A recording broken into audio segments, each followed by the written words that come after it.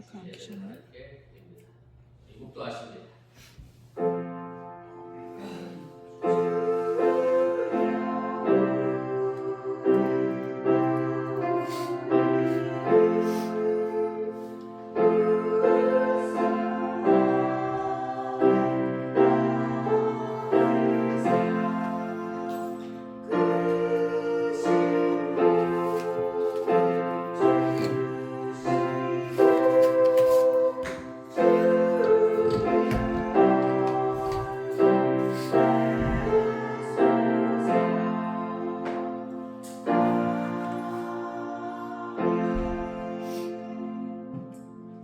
나의 영혼이 잠잠히 하나님만 바라며 나의 구원이 그에게서 나오는도다. 오직 그만이 나의 반석이시오 나의 구원이시오 나의 요새이시니 내가 크게 흔들리지 아니하리로다. 아멘. 사랑의 하나님, 오늘 거룩한 주일을 맞이하여 주님 앞에 나와 예배합니다. 오늘 이 시간에 이 예배가 하나님의 거룩하심처럼 우리도 거룩한 시간이 되도록 인도하여 주시길 원하며 또 하나님의 온전하심을 닮아가는 귀한 예배 되도록 인도하여 주시옵소서. 특별히 오늘은 아버지의 날입니다. 이 땅에 있는 모든 아버지에게 경의를 표하는 귀한 시간 되게 하여 주시오나며 사랑하는 현존에 있는 우리 아버지에게 또 남편에게 따뜻한 마음과 사랑을 전하는 귀한 한 날이 되도록 인도하여 주시옵소서. 예배를 시작하려고 하니 사탄 마귀는 틈타지 않게 하시고 우리 주님께서만 홀로의 영광받아 주시옵소서. 예수님의 이름으로 기도드렸사옵나이다. 아멘.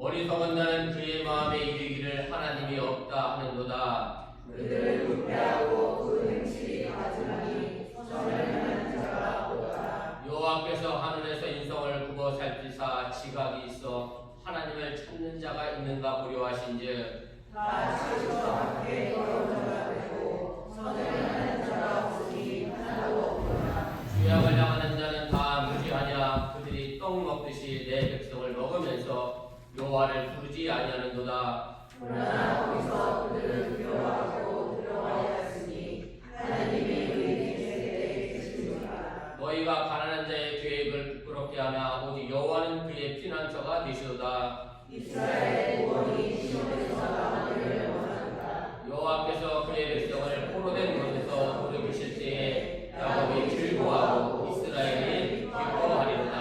아멘.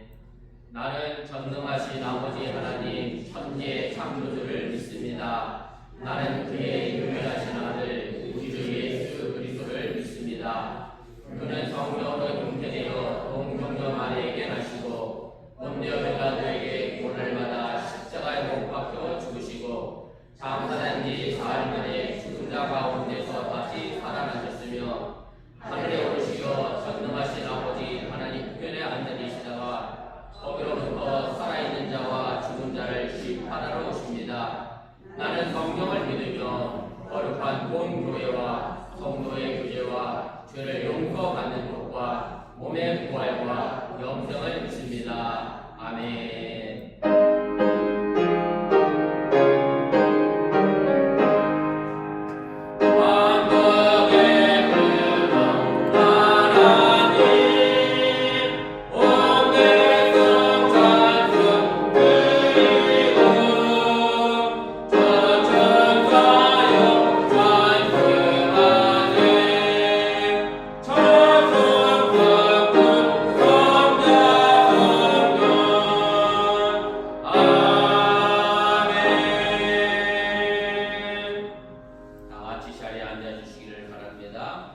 이 시간을 위하여 김남수 권사님 우리를 대신하여 기도 인도하십니다.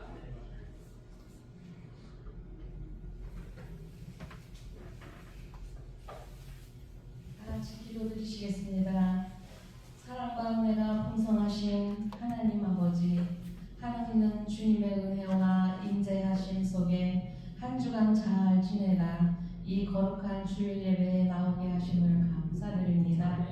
계절이 어느덧 무더운 여름인데 모든 만물을 주관하시고 창조하신 하나님 아버지를 깊이 묵상해 봅니다. 그 어느 것 하나 주의 은혜가 아닌 것이 없음을 고백하며 예배드립니다. 또 오늘은 아버지 날을 맞이하여 주님께 나아오며 감사합니다. 하나님, 우리의 아버지들이 영육간에 강건케 하시고 일터와 삶의 현장에서 지치지 않도록 새 힘을 더하여 주시옵소서. 또한 주님 안에서 지혜를 얻으며 가정의 영적 제사장으로서 믿음의 본을 보이고 가족을 사랑으로 이끄는 훌륭한 아버지들이 되게 축복하여 주시옵소서. 사랑의 주님, 주님께서 주관하시고 세우신 우리 열방 사랑교회가 성령 충만하여 기도를 열심히 하고 찬양이 끊이지 않게 하시며 힘들고 어려운 생활 속에 모든 것을 이기신 예수님 한 분만으로도 행복하고 아름다운 삶을 살기를 기도합니다. 오늘 들려주시는 주님의 말씀 속에 살아계신 하나님을 만나보기를 간절히 바라옵고 다리에 서시는 목사님을 성령의 능력으로 강하게 붙드시어 이 말씀 듣고 세임받아 한 주간도 예수 그리스도의 향기 나는 성도님 한 분 한 분 되게 하여 주시옵소서. 오늘 사정상 나오지 못한 우리 사랑하는 식구들 언제 어느 곳에 있든지 주님께서 보호하시고 모든 삶을 이끌어 주시옵고 병들어 고통받는 주의 자녀들에게 새 힘을 불어넣어 주셔서 지치지 않고 빨리 회복되는 은혜 내려 주옵소서. 찬양으로 영광 돌리는 찬양대와 헌신하는 모든 손길 위에 은혜로 위로하시고 도우시오며 모든 예배의 순간을 주님께 맡겨오며 길이요 진리이신 우리 주 예수 그리스도의 이름으로 기도드립니다. 아멘.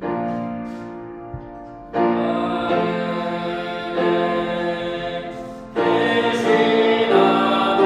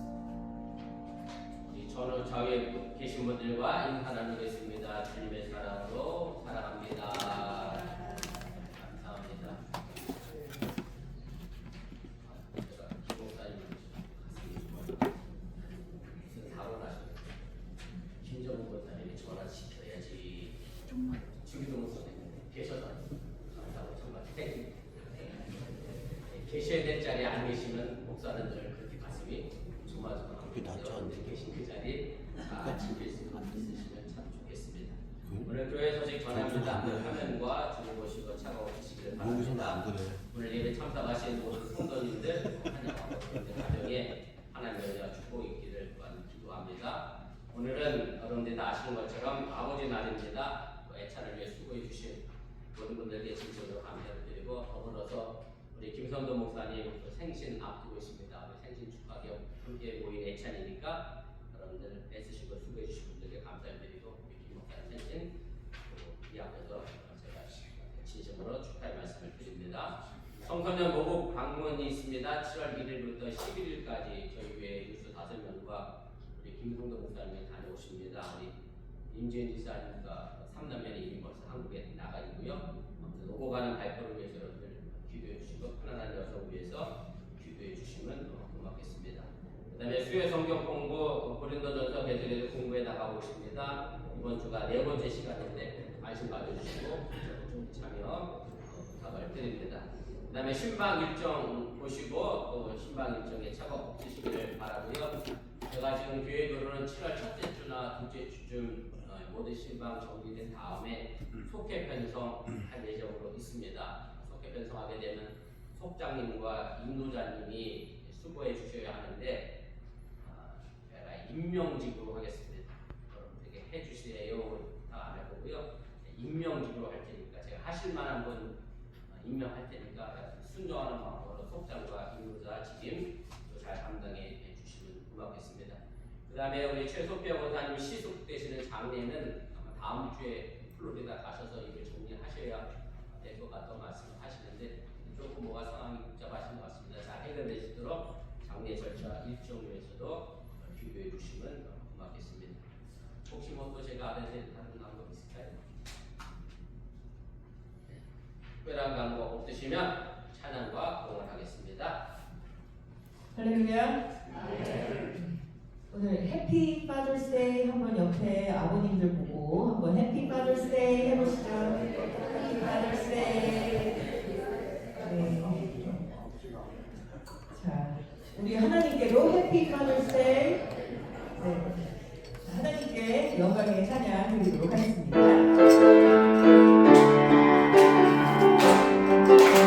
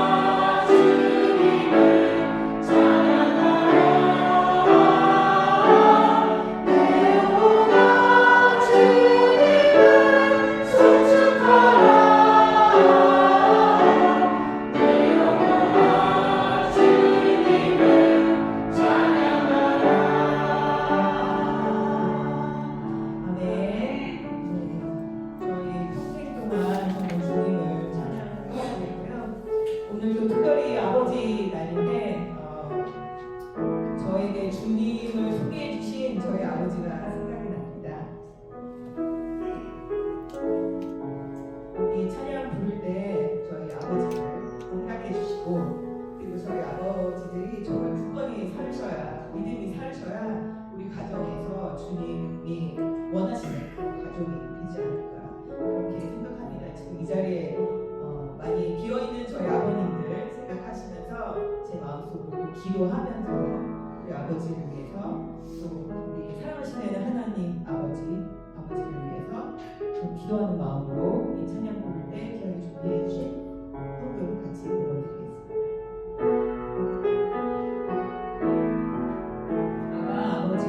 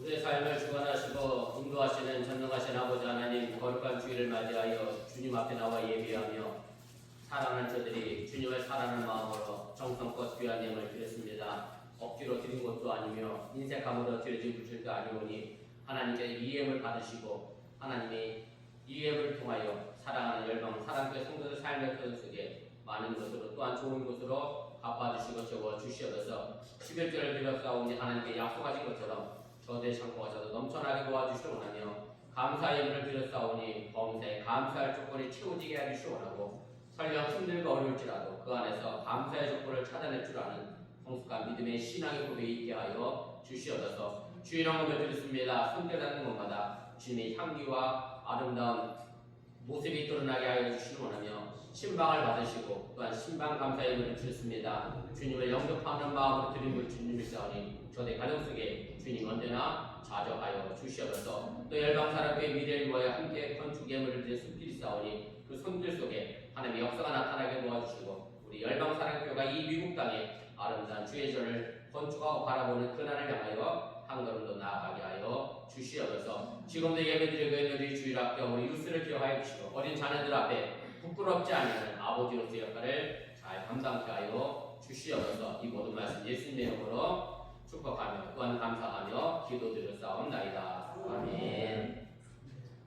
하나님 말씀 봅니다. 히브리서 12장 4절부터 13절까지 말씀입니다.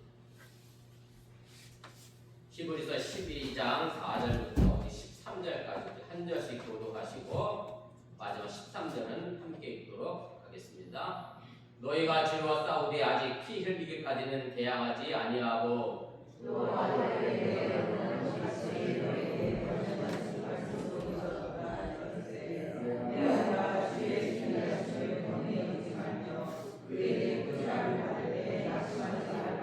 주께서 그 사랑하시는 자를 징계하시고 그가 받아들이시는 아들마다 책짓질 하심이라 하였으니 하나님이 아들과 같이 너희를 대우하시나니 어찌하여 징계하지 않는 아들이 있으리요. 징계는 다 받는 것이거늘 너희에게 없으면 사생자요 친아들이 아니니라. 또 우리를 징계하는 자가 우리를 징계하여도 공평하거든 하며 우리의 아버지께 더 고통하며 살아가야 하느니라.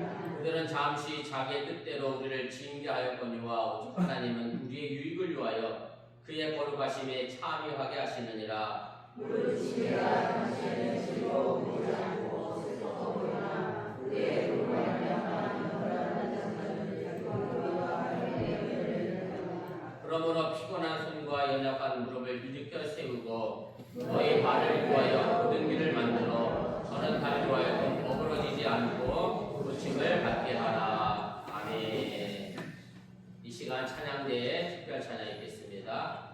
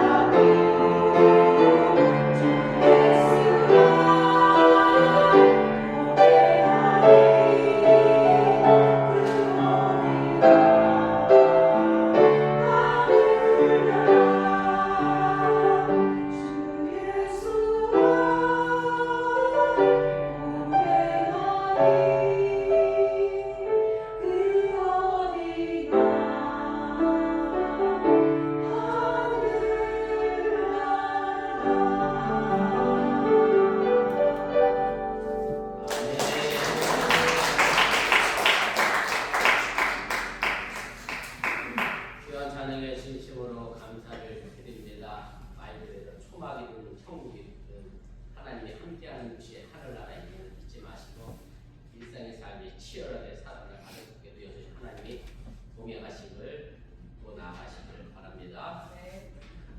예, 오늘은 아버지 날입니다. 한국에는 없는 좀 독특한 그런 날이기도 한데 생각해 보면 아버지를 다시 한번 생각해 보자는 취지에서 본다고 하면 참 의미가 있는 날이 아닌가 그런 생각을 합니다. 5월 둘째 주에 어머니 날을 보내고 6월 셋째 주에 아버지 날을 보내면서 제가 뭐 연배가 저랑 다 비슷하고 자녀들 키우는 입장이니까 제가 해보니까 제일 힘들고 어려운 게 부모 노릇하는 게 제일 힘들고 어려운 것 같아요. 여전히 저도 힘들고 어렵고 제가 신방을 다녀보니 아버지의 각별한 기억을 가지고 계신 몇 분이 계신데 그래도 아버지가 생각나지 않을까 그런 느낌이 듭니다. 저희 아버지도 6년 전에 작고하셨는데 소천하셨는데 저희 아버지가 평생 하셨던 말씀이 그러세요. 저희 어머니가 저를 요양원에 계신데 저를 볼 때마다 또 전화 드릴 때마다 밥은 먹고 사냐 물어보신다고 했잖아요. 쌀은 있냐 목회하면서 어려웠던 가난한 시절을 생각하던데 그렇게 말씀하셨는데 저희 아버지가 늘 저희 3남매 놓고 자랑스럽게 얘기하셨던 게 뭐냐면 너희 셋 다 대학 보낸 건 내 평생 내가 최고 잘한 일이다 그런 얘기를 자주 하셨거든요. 제가 자녀를 키워놓고 보니까 제가 저 스스로는 뭘 생각하냐면 제가 보기엔 대학을 지들이 간 것 같고 나는 우리 애들 차 사준 거는 난 내 평생 다 한 것 같다 이런 생각이 듭니다. 우리 아들 대학에서 졸업하고 대학을 다니는데 반은 자기도 냈지만 반은 내가 차 사준 거 난 그래도 2만 원은 내 형편에 참 잘했다 이런 생각이 듭니다. 제가 오늘 이야기하는 이 아버지는 보편적인 아버지입니다. 제가 목회하면서 이런 분을 만난 적이 있어요. 교회 갔더니 하나님 아버지 사랑 얘기하는데 자기는 이게 전혀 은혜가 안 되는데 자기 아버지가 하나도 사랑스럽지 않아서 왜 하나님이 아버지의 사랑을 얘기하는지 이해할 수 없다고 얘기하는데 사실은 아버지 사랑을 못 받고 자란 분도 뭐 없지 않아 있겠습니다만 보편적인 아버지의 이야기를 여러분들이 기억하시고 더 나아가서 사실은 우리에게 이 땅에 생명 주신 분은 결국 아버지이기 때문에 내가 이 땅에 살아가는 것 자체가 하나님의 은혜고 더 나아가 육신의 아버지의 은혜임을 여러분들 잊지 마시고 아버지에게 제일로 하지 말아야 될 말은 뭐냐면 왜 저를 낳았어요? 이런 말은 하지 않는 게 가장 좋은 모습이 아닌가 그런 생각도 해봅니다. 사실 거의 모든 세계와 모든 민족은 수천 년 동안 가부장적 제도의 영향을 받으며 살았습니다. 물론 목의 중심의 사회도 있습니다만 아주 극히 소수이고 거의 모두가 다 남자 중심의 사회 그리고 아버지 중심의 사회였다는 그런 말씀입니다.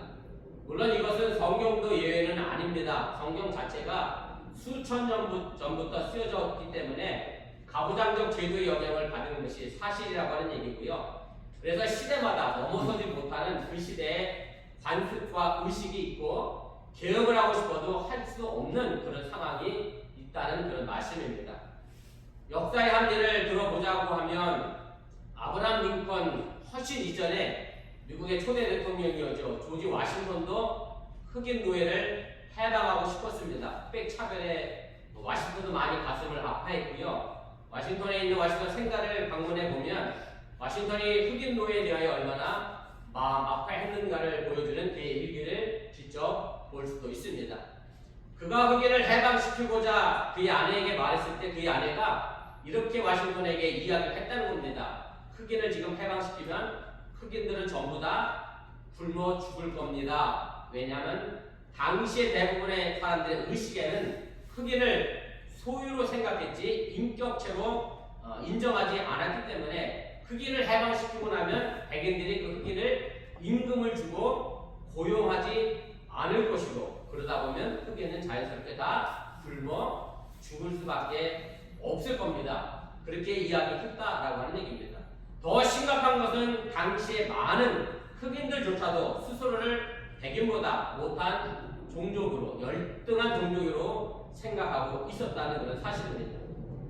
마찬가지로 성서가 쓰여질 당시에 남녀 평등이라고 하는 것은 사실은 상상할 수 없는 그런 말씀이기도 합니다. 그래서 성경 안에서 우리가 흔히 아버지의 권위를 이야기하고 남자 위주의 성경 구절이 있는 것도 사실입니다. 물론 지금도 성경 안에서 여전히 성차별적 내용이 존재합니다. 그냥 쉽게 여러분들이 아는 대로 말씀을 드린다라고 하면 예수님께서 보리떡 5개와 생선 2마리를 먹이신 이적의 사건이 있는데 그 숫자가 등장하는데 몇 명이라고 나오죠? 몇 명이라고 하냐? 7,000명은 좀 그렇고, 자 5,000명이라고 나오는데 단서가 하나 붙어 있습니다.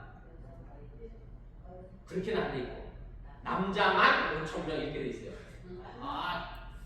남자분들 굉장히 자존심이 막 올라가죠. 여자하고 애들은 숫자도 안 치던 시대가 그 시대예요. 그래서 남자만 5,000명이라고 했던 이유는 뭐냐면 남자만 전쟁터에 나갈 수 있었고 남자가 일을 할 수 있었고 그러니 성인 남자만 숫자로 셌고 나머지는 숫자로도 세지 않았던 시절이 있어서 여자분들 오늘 숫자에 들어가는 것 자체가 굉장히 아주 큰 영광인 줄 알고 사셔야 됩니다. 성경 2000년 전의 시대를 생각해 본다라고 하면 또 사실은 그 시대에 반영을 하고 있기 때문에 성경도 남자 5천만만 먹였다. 그래서 실제로 여자와 아이들 같이 한 2만 명 정도가 먹지 않았을까 신학자들은 그렇게 추측을 합니다. 이것은 충분히 그 시대를 방영한 것이고 그렇다고 해서 성서의 근본 정신이 남녀 차별이라는 것은 결단코 아니라고 하는 사실을 깨달으시기 바랍니다. 이것을 분명하게 말해주는 성경 구절 하나가 갈라디아서 3장 28절입니다. 너희는 유대인이나 헬라인이나 종이나 자유인이나 남자나 여자나 다 그리스도 예수 안에서 하나이니라. 사도 바울이 한 이야기이긴 합니다만 이 시대에 굉장히 파격적인 이야기입니다. 이방인과 유대인이 같이 밥을 먹는다. 있을 수 없는 일이 없고 종과 자유인이 하나다라고 이야기하는 것 자체가 굉장히 그때 당시에는 파격적인 이야기일 수밖에 없었다라고 하는 얘기입니다. 그럼에도 불구하고 교회 안에서 여전히 성차별적인 부분만 강조해서 설교하시는 몇 분의 목사님들이 계신 것이 사실인데 아무튼 하나님의 창조의 기본 정신은 남녀 차별이 아니라고 하는 사실을 여러분들이 깨달으시길 바랍니다.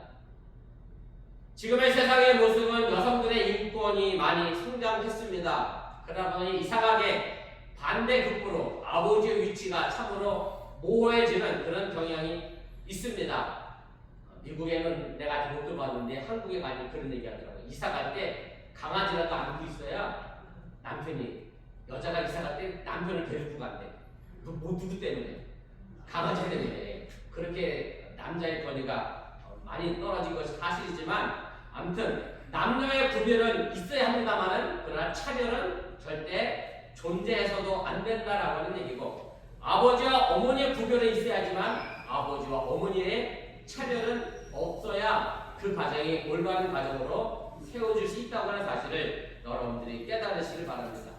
저는 오늘 이 아버지 날에 가정에서 아버지의 위치와 역할을 성경을 통해 살펴보면서 두 가지를 좀 생각해보며 이 시간 함께 은혜를 나누려고 합니다. 첫째는 하나님 아버지는 성차별적 언어가 아니라는 사실입니다.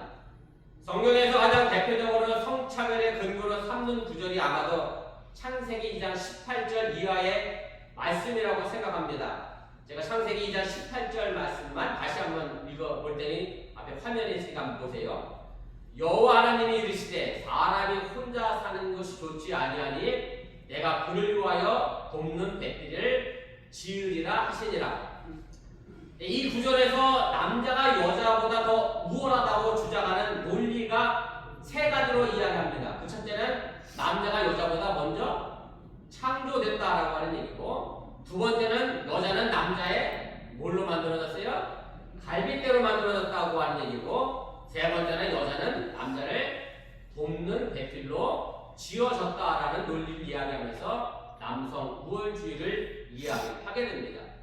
그런데 사실은 이것을 조금만 시각을 바꾸면 금방 반대의 논리로 뒤집히게 됩니다. 무슨 말씀인가 하면 첫째, 남자가 여자보다 먼저 창조되었다라고 하는 얘기인데, 먼저 창조된 순서로 우월을 가린다라고 하면 사실은 사람보다 먼저 창조된 게 너무 많습니다. 식물도 있고 동물도 있고 물고기도 있고 새도 있고, 그렇게 따지자라고 하면 사람보다 식물과 동물이 더 우월할 수밖에 없는 논리를 만들어낼 수 있습니다. 두 번째는 여자는 남자의 갈비뼈로 만들어졌다라고 하는 얘기인데, 그래서 남자에게 종속된 존재가 여자라는 그런 논리입니다. 그런데 유대인들의 탈무드에 보면 하나님이 다른 뼈가 아닌 갈비뼈로 여자를 만든 것에 대하여 하나님의 깊은 뜻이 있다, 그렇게 이야기하면서 이런 탈무드의 이야기가 있습니다. 하나님께서 만일 남자의 머리뼈로 여자를 만드셨다면 아내는 남편의 어디에 위에 올라가 앉아있을 것 같아요?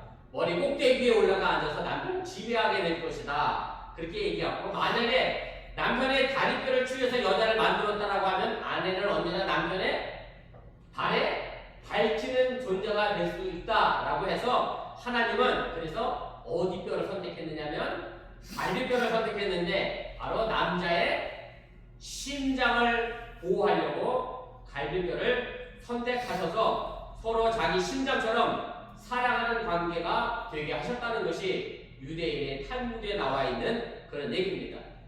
사실 이 탈무드의 얘기가 그럴듯한 것이 성경으로 봐도 그렇습니다. 갈비뼈는 사실 옛날 사람들에게 있어서는 생명의 중심을 가리킵니다. 하나쯤 있어도 좋고 없어도 좋은 것이 아니라 없어서는 안 될 생명의 근간이 바로 갈비뼈라고 하는 말씀입니다. 그런 점에서 아담이 하와를 만나자마자 이런 얘기를 하잖아요. 내 뼈 중에 뼈요, 살 중에 살이라 라고 기쁨을 외친 것은 바로 생명을 얻는 기쁨을 표현한 것이라고 말할 수 있다라고 하는 얘기고, 내 뼈 중에 뼈, 살 중에 살이라는 이 아담의 말처럼 남편과 아내는 바로 하나된 관계임을 여러분들이 깨달으시길 바라고, 분명한 남녀 평등을 말하고 있다는 그런 말씀입니다. 사실 재료로 따지고 보면 남자는 뭐로 만들었어요? 흙으로 만들었고, 여자는 뭐로 만들었어요? 흙으로 만든 도자기가 비쌀까요? 본차이나가 비쌀까요? 예, 본차이나가 더 비쌉니다. 예, 괜히 남자가 어줍지 않게 갈비뼈를 만드니까 재료를 따지면 남자가 여자한테 되게 못됩니다. 자, 세 번째로는 여자는 돕는 배필에 불과하다라고 하는 얘기인데, 이 돕는 배필이라고 하는 단어의 히브리어가 에제르 게네크토라고 하는 단어를 사용합니다. 여기서 돕는다라고 하는 뜻은 에제르라고 하는 단어인데, 단지 옆에서 돕는 조수의 의미가 아니라 신적인 도움, 하나님의 도움을 쓸 때 이 단어를 사용합니다. 아주 절대적인 성스러운 도움을 말할 때 이 에제르라고 하는 단어를 사용한다라고 하는 얘기입니다. 출애굽기 18장 4절에 보면 모세가 둘째 아들을 낳았거든요. 그리고 그 이름을 뭐라고 짓느냐면 엘르 에셀이라고 지으면서 이렇게 성경은 기록합니다.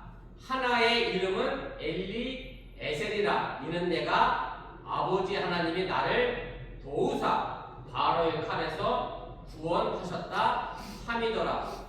여기서 하나님이 나를 도와서 바로의 칼에서 나를 구원했다라고 하는 이 단어에서 도우사가 바로 돕는 배필에서 돕는과 마찬가지로 히브리 단어 에제르를 사용했다라고 하는 얘기고, 그래서 이 단어는 하나님이 도우실 때만 쓰는 단어라고 하는 사실을 여러분들이 기억하시기를 바랍니다.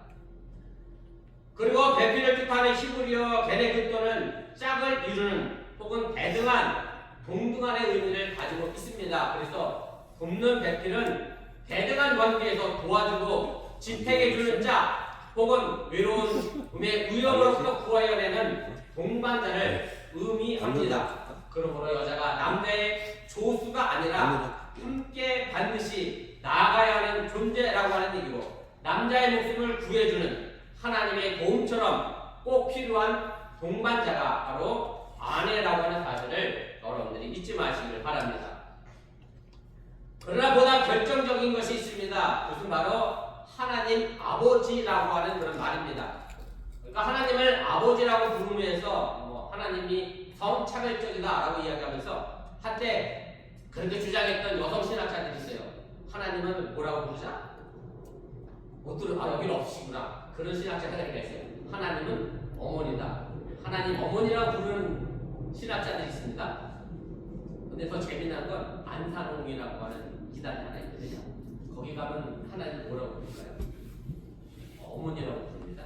그 이단은 그거나 제가 안상홍을 내가 되게 보신 것 같은데 한국에 있어요. 안상홍이나 일단은 가면 하나님 아버지라고 안 부르고 하나님 어머니라고 하는데 사실 이 아버지라고 하는 이 말은 남녀의 성의 개념이 아닙니다. 만약에 하나님 아버지를 남녀의 성의 개념으로 이해한다라고 하면 이 하나님은 남자보다는 여자에 더 가까운 모습으로 우리에게 등장을 하게 됩니다.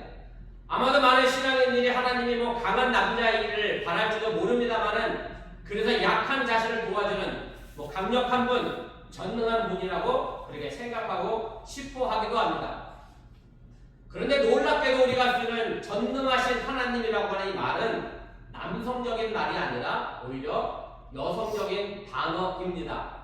전능하신 하나님을 히브리어로 표현하면 엘 샷다이라고 말합니다. 엘은 하나님이고 성경에 나와 있는 엘은 전부 하나님을 지칭하고 샷다이가 바로 전능함이라고 하는 그런 뜻입니다. 그런데 이 샷다이라고 하는 말의 원뜻이 중요합니다. 이 원뜻은 바로 두 개의 가슴을 뜻합니다. 물론 어머니의 가슴입니다. 어머니가 젖을 먹여 어린 자식을 키우듯이 하나님은 우리에게 말씀의 젖을 주십니다. 엄마가 아이에게 젖을 먹일 때 엄마는 세상에서 가장 사랑스러운 눈으로 아이를 쳐다봅니다. 그러므로 전능하다라고 하는 이 말은 물리적이고 남성적인 힘의 전능이 아니라 영적인 여성적인 사랑의 전능임을 여러분들이 깨달으시기를 바랍니다. 만일 아버지라고 하는 말이 성적인 개념이라고 하면 오히려 우리는 하나님 아버지라 부르지 말고 하나님 어머니라고 불러야 한다고 해도 틀리지 않다는 그런 얘기입니다. 하나님 아버지라고 우리가 부를 때 아버지란 남성의 개념이 아닙니다. 남자이기에 아버지가 아니라는 뜻입니다. 우리를 바로 하나님의 자녀라는 점에서 아버지라고 부르고 있는 겁니다. 우리가 흔히 이런 얘기 하잖아요. 아버지 날 낳으시고 어머니 날. 근데 아버지가 날 낳았어요? 이 말 참 웃기잖아요. 근데 왜 아버지가 날 낳았다고 얘기하냐면 내게 생명을 주신 분이 아버지이기에 그렇습니다. 그래서 우리가 하나님을 아버지라고 하는 이유는 아버지가 남자이기에 아버지라고 하는 게 아니라 내게 생명을 주신 분이기 때문에 아버지라고 부르는 거고, 창조주 아버지에게서 나온 자녀이기에 우리 또한 신적인 존재이고 그 아버지의 그 자녀가 되고 우리도 신성한 존재라는 사실을 여러분들이 믿으시기를 바랍니다. 그래서 우리는 남자의 역할에 대하여 다분히 오해하고 있을 때가 있습니다. 흔히 남자아이들을 키우면서 실수하는 것 가운데 하나가 이렇게 얘기하죠. 사내아이는 울면 안 된다. 남자는 딱 몇 번만 울어야 된다. 뭐 3번만 울어야 된다. 그래서 남자의 강함만을 강조하게 되는데, 그러나 남자의 강함은 단순히 힘에 의한 강함을 의미하는 것이 아니라 한 집에서의 아버지의 역할, 남편의 역할은 단순히 힘을 가지고 적과 싸워 내 가정을 지키고 아내와 자녀를 지키는 것이 아니라고 하는 사실을 여러분들이 깨달으시기 바랍니다. 제가 말씀을 드렸던 것처럼 전능하신 하나님의 전능처럼 아이에게 젖을 먹이는 어머니의 사랑과 같은 마음을 가지고 자녀와 아내를 대하는 진정한 것이 남자의 사랑이고 아버지의 사랑임을 여러분들이 또한 믿으시기를 바랍니다. 두 번째로, 아버지는 자녀를 성숙하게 만들어야 합니다. 오늘 우리가 읽은 본문 히브리서 11장에 있는 말씀은 사실은 육신의 아버지에 관한 이야기는 결코 아닙니다. 히브리서 기자가 이 본문에서 말하고자 하는 것은 우리 크리스천이 고난을 당하고 있을 때에 그 고난에 대해서 어떻게 대처해야 하는가를 알려주기 위하여 쓴 그런 내용입니다. 다시 말씀드리면 하나님은 우리에게 시련도 주시고 때로는 혼내시기도 하고 때로는 훈련하시기도 한다라고 하는 그런 얘기인데, 저는 오늘 이 말씀을 바로 우리의 가정에서 우리 아버지가 감당해야 할 중요한 책무가 있음을 말씀드리려고 합니다. 오늘 본문 5절 중간부터 6절까지 있는 말씀은 이건 구약성경 잠언서 3장 11절부터 12절까지 나와 있는 말씀을 이동한 그런 내용입니다. 제가 한번 다시 읽어볼 테니까 앞에 화면과 좀 보시면 좋겠습니다. 내 아들아, 주의 징계하심을 경히 여기지 말며 그에게 꾸지람을 받을 때에 낙심하지 말라. 주께서 그 사랑하시는 자를 징계하시고 그가 받아들이시는 아들마다 채찍질 하심이라. 우리가 읽고 있는 이 개역 개적 성경에는 징계라는 말로 번역이 되어 있는데요. 사실 징계라고 하는 말의 의미의 뉘앙스는 뭐가 강하냐면 뭔가 벌을 주고 혼내는 의미가 굉장히 강합니다. 그런데 사실 영어 성경 NIV를 보면 이 부분은 뭐라고 영어 성경으로 번역되어 있느냐면 disciplin이라는 단어로 되어 있습니다. 다시 말하면 이 단어의 의미는 뭐죠? 훈련의 의미가 더 강합니다. 그리고 이 단어에서 파생된 disciple이라는 단어가 있는데 이 말의 의미가 바로 제자라고 하는 말의 의미가 듭니다. 그래서 새 번역에서는 이 본문을 훈련이라는 단어로 바꿔 번역을 했습니다. 제가 표준 새 번역으로 이 부분을 다시 한번 읽어보겠습니다. 내 아들아 주의 훈련을 가볍게 여기지 말고 그에게 꾸준함을 들을 때 낙심하지 말라. 주는 사랑하시는 자를 훈련하시고 그가 받으시는 아들마다 책짓질 하신다. 히브리서 기자는 사람의 고난을 주의 훈련과 혹은 책짓질이라고 그렇게 표현을 합니다. 그리고 사랑하는 사람에게 그 훈련을 한다고 했고 사랑하는 아들에게 좀 끔찍한 말이긴 하지만 책짓질도 한다. 요즘 책짓질하면 큰일 나죠? 그 시대는 했었던 모양입니다. 2000년대는 아마 책짓질 한다라고 그렇게 되어 있습니다. 그런데 우리가 반드시 알아야 할 것이 있습니다. 이 세상에서 자식 미워서 때리는 아버지는 사실 없다는 얘기입니다. 물론 간혹 그런 부모가 그런 아버지가 나타나고 있긴 합니다만 정상적인 아버지는 분명 아니고요. 정신 나간 아버지인 건 틀림이 없고 정상적인 아버지는 제 자식이 미워서 때리고 징계하는 사람은 없다는 그런 말씀입니다. 오히려 우리가 자녀를 정말 사랑한다라고 하면 사랑하기 때문에 매를 아끼지 않아야 하고 그 자식이 잘 되라고 때리는 것이 부모의 마음이고 역할이 되어야 한다는 그런 말씀입니다.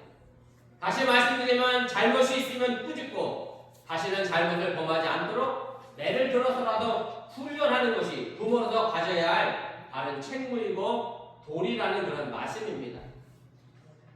지난주에 제가 신방을 했더니 어느 분이 그런 얘기를 해요.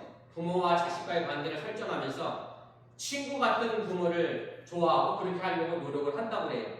물론 좋은 관계고 좋은 말입니다. 그런데 이 말이 지나치게 되면 아이들에게 부모는 친구 같은 존재가 되어버리고 부모의 훈련과 가르침은 친구가 하는데 먹히겠어요? 먹히지 않습니다. 부모는 친구 같은 존재가 아니라 자녀에게 가르치는 존재로 있어야 부모와 자녀의 위계 질서가 바르게 세워진다는 것도 여러분들이 기억하시면 좋겠습니다. 하지만 대부분의 자식들은 이렇게 가르치려고 하는 아버지의 사랑, 부모님의 사랑을 알지 못합니다. 철이 없을 때는 더더욱 그렇습니다. 사랑하고 아끼기 때문에 꾸짖기도 하고 매를 들기도 하는 부모의 속 깊은 뜻을 쉽게 헤아리지 못한다는 그런 말씀입니다. 그래서 혼나면 날 싫어하나 보다 하고 매를 들면 날 미워나 하다 보고 부모를 두려워하기보다 무서워하기도 합니다.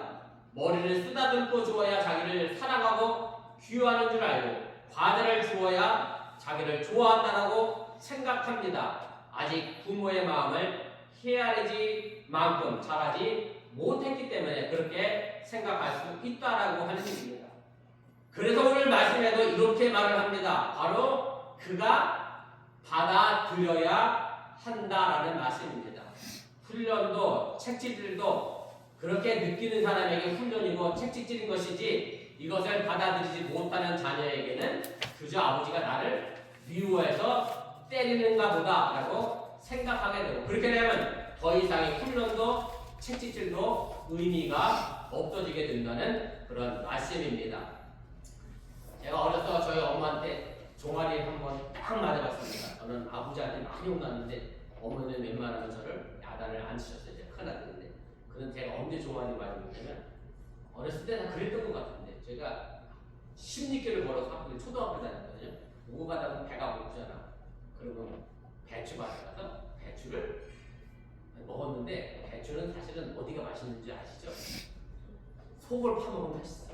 남의 배추 속을 파먹었는데 사실 속 파먹으면 그 배추는 어떻게 되냐? 못 써 버려. 어우 되게 혼났어요 그때. 교회 가서 회기기도 하고 제가 저를 내주셨는데 제가 그 어머니의 마음을 알기에 지금은 배추 속을 안 파먹습니다. 네, 근데 단지 엄마가 나를 미워서 때린다라고 생각하면 여전히 저는 뭘 파먹고 있겠어요? 배추속을 파먹고 있겠지요. 그래서 아버지의 징계와 채찍질이 뼈아프게 느껴지는 사람에게만 징계와 채찍질의 의미가 있다는 그런 말씀입니다. 그리고 이어서 말씀하는 7절의 내용을 보면 이것이 더 분명하게 나타납니다. 이것도 제가 표준 세번역으로 읽어보겠습니다. 주께서 여러분을 훈련하시거든 그것을 견뎌내시오. 하나님께서는 여러분을 아들과 같이 다루십니다. 아버지의 훈련을 받지 않는 아들이 어떻게 아들일 수 있겠습니까? 아들이 받는 훈련을 여러분이 받지 않았다면 여러분은 사생하여 참 아들이 아닙니다. 요즘 대부분의 가정들은 아버지와 어머니가 맞벌이를 합니다. 특히 이민 사회로 살아가는 여러분들은 더더욱 남편 혼자 벌어 살기가 어려우니 대부분 아마 일들을 하실 겁니다. 그리고 엄마 심정으로는 가정에서 아이들을 제대로 돌볼 틈이 없다 보니 그 아이에게 미안한 생각을 갖게 됩니다. 그리고 아이들에게 내가 좀 더 잘해주어야 되겠다라고 생각합니다. 그래서 아이들이 갖고 싶어하는 것, 먹고 싶어하는 것, 해달라고 하는 것들을 대하여 내가 소홀히 여겼으니 많은 시간 함께하지 못했으니 그것을 보상한다는 차원에서 아이들이 원하는 걸 대부분 해주려고 하는 그런 경향이 있습니다. 그리고 가능한 좋은 것을 먹이려고 합니다. 그래서 아이들이 저 때는 제가 보통 체격이었거든요. 안 믿으시네요. 제 때는 제가 다 보통 체격이었어요. 근데 요즘 애들 어찌나 큰지 다 체격이 컸는데요. 체격은 컸는데 뭐는 없느냐면 체력은 형편이 없어졌고요. 무엇보다 체격만 컸지 사람의 도리를 제대로 하지 못하는 그런 아이들로 성장해 가고 있는 그런 안타까운 현실입니다. 사실 가정에서 아버지의 역할이 중요한 것은 자녀들을 훈련하고 교육해서 성숙한 아이를 더 나아가 성숙한 어른으로 만드는 데 있음을 여러분들이 잊지 마시길 바랍니다. 잘못된 것이 있으면 꾸짖고 잘한 일이 있으면 칭찬해야 합니다. 이것을 분명하게 해야 합니다. 그래야 무엇이 옳은 것인지 무엇이 잘못된 것인지 알 수가 있습니다. 옳은 일을 위해서는 때로는 손해도 보고 오해도 받아야 한다는 것을 가르쳐야 합니다. 잘못된 일을 하면 부끄러워할 줄 아는 것도 가르쳐야 하고 용서를 구하는 것도 가르쳐야 합니다. 바로 이것이 여러분들이 자녀의 장래를 위하여 해야 할 사명이며 이름을 기억하시기를 바랍니다. 대부분의 부모님은 살림이 어려워도 아이들에게 잘하려고 합니다. 그런데 제 생각에는 그렇습니다. 이렇게 하는 것이 결코 좋은 것만 같지는 않습니다. 어렵다면 같이 어려움을 자식과 함께 나누어야 합니다. 그래야 자식들도 그 어려움을 극복할 수 있는 힘을 기를 수 있게 됩니다. 사람이 살면서 늘 윤택한 것은 아닙니다. 잘 나가는 사람도 힘들어지기도 합니다. 평탄한 길만 걷는 사람은 없습니다. 그래서 있을 때는 나눌 줄 알아야 하고 없을 때는 아낄 줄 알아야 합니다. 있으나 없으나 아이에게만은 무조건 잘해주어야 생각한다라고 하면 그 아이는 결국 없을 때를 견뎌내지 못하게 된다는 그런 말씀입니다. 저는 궁극적으로 이 모든 일을 아버지가 해야 될 책임과 직무라고 생각합니다. 한 가정은 단순히 목소리만 키워서 가정의 역할을 하고 아버지의 대접을 받으려는 것이 아니라 자녀들에게 따뜻한 사람으로 훈련하고 교육하는 이 모든 일들이 바로 아버지의 손에 달려있음을 여러분들이 잊지 마시기를 바랍니다.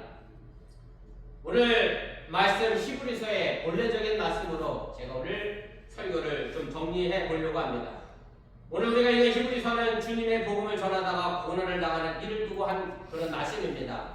복음을 전하는 사람들이 당하는 핍박 앞에서 신앙이 흔들렸습니다.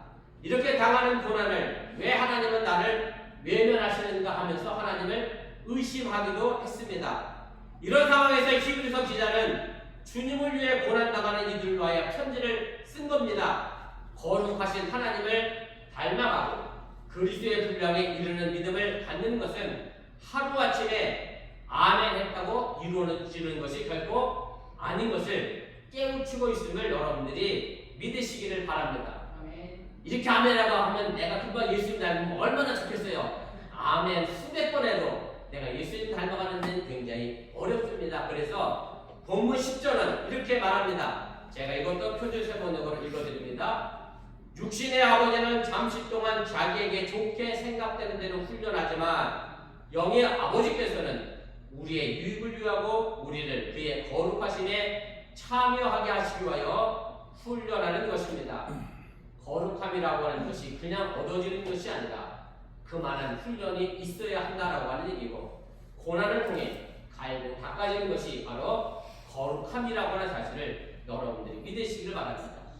그런데 본문이 말하는 것처럼 육의 아버지는 자식에게 일순간적인 편함을 주려고 합니다. 먼 장래를 내다보지 못합니다. 바로 눈앞에 자식의 힘든 것을 못 보고 마음이 아파서라도 자식이 원하는 대로 해주려고 합니다. 그러나 그것이 자식을 오히려 약하게 만드는 지름길이 된다라고 하는 사실을 여러분들이 기억할 필요가 있습니다. 그러나 영의 아버지이신 하나님의 생각은 다릅니다. 본문 11절, 이것도 제가 세 번역으로 읽어드립니다. 모든 훈련이 그 당시에는 즐겁지 않고 도리어 쓰라린 것으로 생각되지만 나중에는 이것으로 연단받은 사람들에게 의의 화평의 열매를 맺게 해줍니다.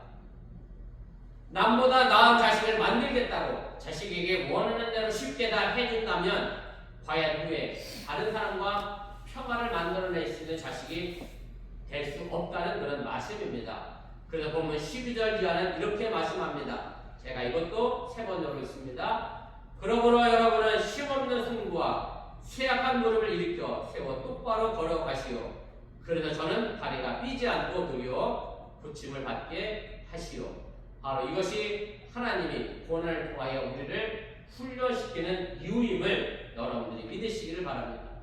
바라기를 우리 열방사랑교회 모든 아버지들은 자녀들의 다음 세대를 깊이 생각하시기 바랍니다. 그리고 인생의 고난의 길에서 아버지의 따뜻한 사랑을 깨달아 알아 그 고난을 이겨내어 성숙한 어른으로 진정한 크리스천으로 나아갈 수 있도록 언제나 주위에서 든든한 응원군이 되어주실 수 있기를 주님의 이름으로 간절히 축원을 드립니다. 기도하겠습니다. 말씀을 기억하며 1분여 정도 합심해서 잠깐 기도하겠습니다. 제가 오늘 아버지의 아버지 다음이라는 말씀으로 제목을 전했습니다. 참 아버지가 아버지로서의 역할을 한다는 것이 참 말기 쉽지, 그렇게 쉽지가 않습니다. 부모가 돼본 적도 없지 우리는 이미 부모로 됐습니다. 부모의 교육도 제대로 받아본 적도 없습니다. 부모로서 어떤 일을 해야 할지 배운 것이 없는 상황에서 자식을 낳다 보니 아버지로서 그저 소리를 지르고 윽박하는 것이 아버지 역할을 다하는 줄로 생각했던 그런 시절도 있었습니다. 그러나 아버지의 그 사랑, 나의 생명을 허락하신 그 사랑의 의미를 뒤집어보며 내가 이제까지 살아왔던 그 삶의 모습이 결국 아버지의 은혜와 사랑으로 내가 살아왔고, 또 내가 지금 아버지가 돼서 내 자녀들을 또 그렇게 양육하고 있는데 나는 우리 아버지보다 내 자녀를 얼마나 더 사랑하고 있는지 돌이켜보면서 먼저 가신 부모님 아버지를 생각해보고 이제 내가 아버지 된 자로서 내 자녀에게 어떤 아버지의 모습이 갖춰올 것인가를 또 생각해보며, 그렇게 우리 열방사랑교회는 대를 이어 먼 장래를 바라보면서 아름다운 아버지의 모습을 갖출 수 있는 저와 여러분들이 되어주시기를 주님의 이름으로 축원을 드립니다. 잠깐 기도하겠습니다. 우리의 삶을 주관하시고 인도하시는 좋으신 아버지 하나님, 오늘 아버지 날을 맞이하여 부족한 점이 성경에 나와 있는 아버지에 대한 이야기를 함께 잠시 나누었습니다. 우리가 하나님을 아버지라 부릅니다. 하나님의 남자이기에 아버지라 부르는 것이 아니라 내게 생명을 주셨기에 창조주 하나님으로서의 아버지 우리가 고백하며 나아가게 하여 주시고하며 성경에 나와 있는 여러 가지 성자물적인 언어와 단어와 여러 가지 요소들을 지금 이 시대에 어떻게 해석하고 적용할 것인가를 생각해보며 하나님께서는 남자와 사람을 여자를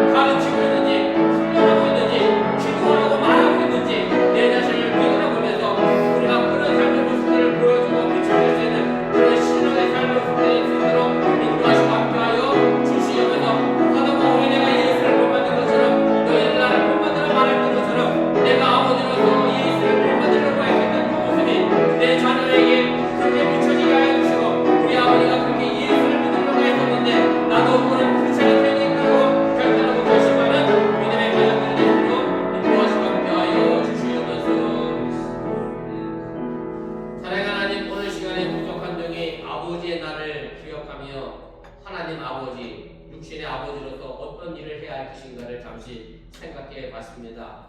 우리가 지난 시간 동안 아버지의 사랑과 능력이 있었기에 내가 이제까지 왔고 이제 또한 내가 아버지로서 내 자녀들을 양육하며 키워나갑니다.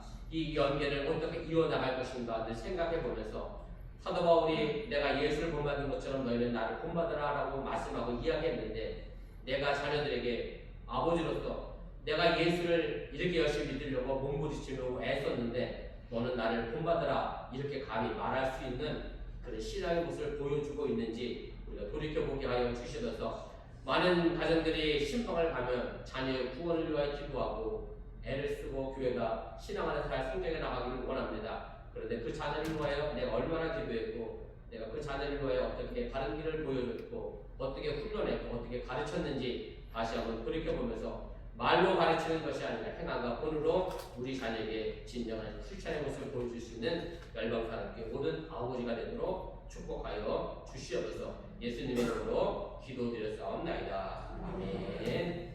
우리 다 같이 일어나서 찬송가 312장 찬송하시고 축도로 마치겠습니다.